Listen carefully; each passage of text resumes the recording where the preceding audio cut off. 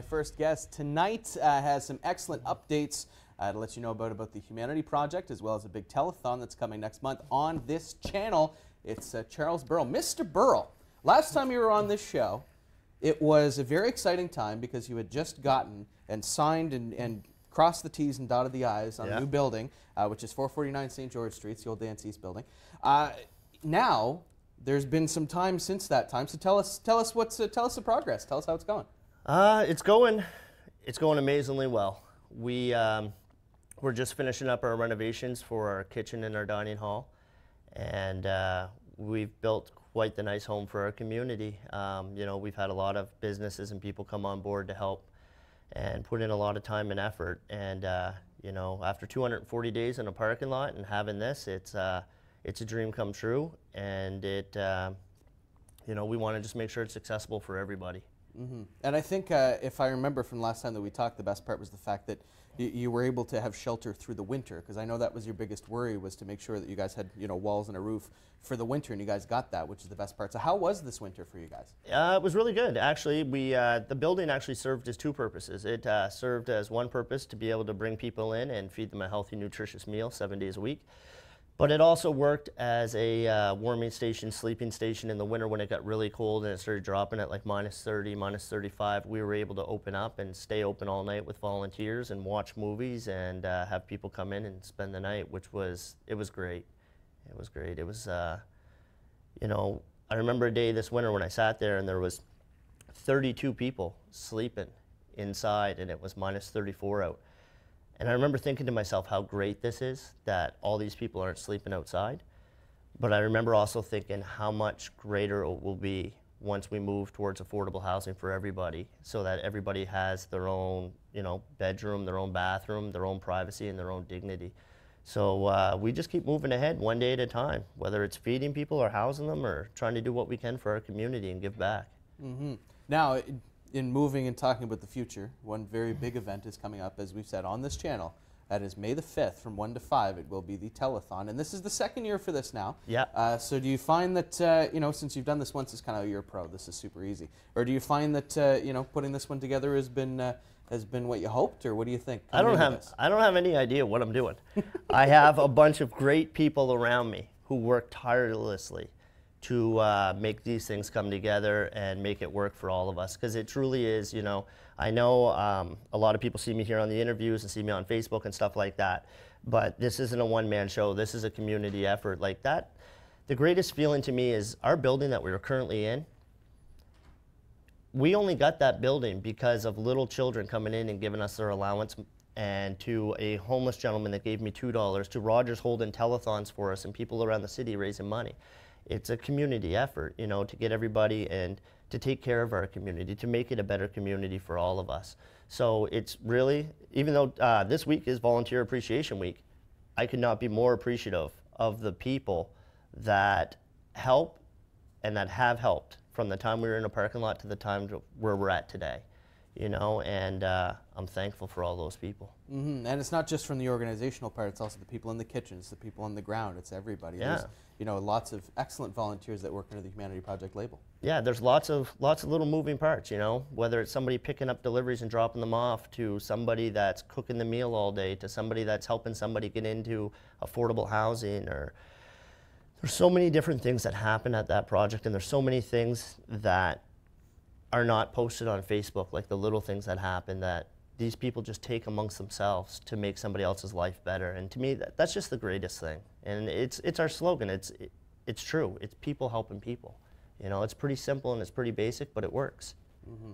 Yeah, and you talk about the stuff that isn't being posted on Facebook. We talked about this just before we went live, that you said it's the kitchen is about 95% done. Yeah, is what you'd said, and there's some stuff that's still yet to be revealed that hasn't been put up on Facebook, which I find to be surprising for you, because you document just about everything that you can on Facebook. But this you're holding back. So what is the surprise? What's underneath the curtain? Well, I've been time lapsing a lot of video. From the time we took down the first wall to the times we, you know, started painting the walls, to building a new kitchen, to putting in the equipment, and just kind of documenting all the time and effort that was put in by so many people. So I think instead of just showing pictures of going, here's our new kitchen, here's our new floor, here's the new color of our walls, I want to give it a little comparison from where we were to where we are now. And even since we got that building, how much we've changed it as a community working together to make it a beautiful spot for everybody in our community. You know, and that's the important part, because when we first got that building in September, we were out in the parking lot till November 5th. In that time, we would have 5, 6, 7 people, usually on average, showing up in wheelchairs. And since we've gotten inside the building and out of the parking lot, we have maybe 2 or 3, and it's hard for them to get into the building because people aren't coming that can't access the building. And that's what we're going to try to do. We're going to try to raise money so that we can make it wheelchair accessible, so that everybody has not only the services to get a good, healthy, nutritious meal, but they can also get the help with housing or clothing or whatever it is that they need. You know, we want to make it inclusive for everyone. And this is where this telethon really comes in, because it can help you guys to have the wherewithal and be able to raise some money. So what has there been, I know you mentioned accessibility, has there been some areas where you have earmarked potentially what could come in with the telethon this year, or is it just kind of let's see where it goes? You know, to be honest with you, I have never once in the history of this organization ever concerned with myself with money, other than when we had no home and we needed to raise a certain amount, and we took that certain amount, the $160,000, and we put it down on our new place. I've never I'm honestly, for someone that runs a nonprofit, I am the worst person, because I don't like asking for money. I don't like asking. I just believe in doing what we can to help people, and the rest will follow through and the rest will happen. You know, I truly believe in that. I have a faith in that, that if we just continue on the right path and make sure that we're taking care of the people that need us most, everything will work out in the end. And, you know, we've had our hard times, we've had our ups and we've had our downs, but everything worked out in the end. And I believe it's also going to work out for the people that can't access our building, that eventually they'll be able to come into our building with open arms and be able to, you know, get the things that they need and get the support that they need. And that is May the 5th, 1 to 5. The inimitable Terry Parker will be the host. And I can say that because I worked with him, so I can say basically whatever I want. He's a great guy, and he's going to be an awesome host.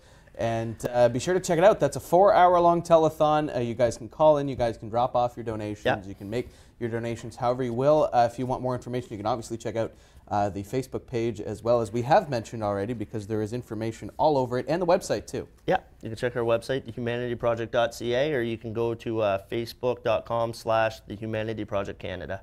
And we pretty much update daily on what we're doing and what's happening in our community. So yeah, so for sure have a look. Now, we're coming into the summer. Now the summer, at least when you guys were in a parking lot, at least it's warmer temperatures, at least that was easier to handle. Now you guys do have the building. Are there any big plans for the summer projects, or just keep on keeping on?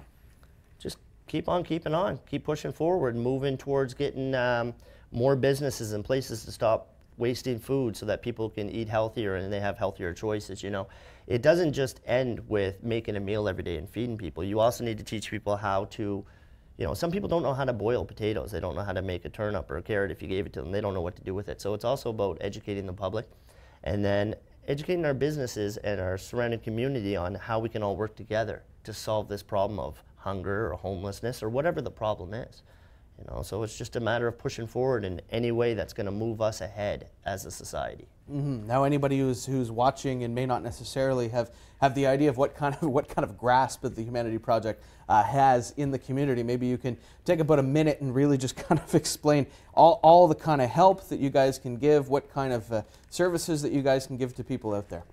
Yeah, we do emergency food boxes for people that you know, are in emergency situations, can't access the food bank at the time. We give away, before renovations, we've always done clothing, shoes, hats, mittens, boots, stuff like that. We have a couple people that help with making, sometimes they'll help with resumes. We have a couple, that's, I mean, like little things like helping people get their IDs. We have 2 volunteers that, one helped a man that was homeless after 11 years because he was born in the States and couldn't access his ID, and it took her 11 months to work through the system to be able to get his ID so that he could get housed. So just little things like that. And then we want to, once we clear up some of our space in our basement, we want to be able to bring what kids need back into the building so they can offer free tutoring for children, and they can continue with their baby basket program. And then at Christmas time, we always do a Christmas drive for children, stuff like that. So it's really about, you know, just trying to get as many services into one building so that people can come in and get the help they need. You know, they can come in and they might need help with food, but they might need, you know, there's holes in their shoes and they need a new pair of shoes. We'll give them that before they leave. You know, it's just a about people helping people and trying to get as many things into one building so that people can not only find it, you know, asking for help is the hardest part. Receiving that help shouldn't be. So that's what we're trying to do. And that's all it is, you know. So how about, Charlie, you look right into that camera. You got about 20 seconds. Tell them where the website is. Tell them where the Facebook is. Tell them where to go. Well, Facebook, like I said, it's on the Humanity Project Canada on Facebook. www.thehumanityproject.ca is our website. One thing I do want to throw in, it's not even to do with us. I know what it's like to be homeless. We were out on the streets for 240 days and it's not fun.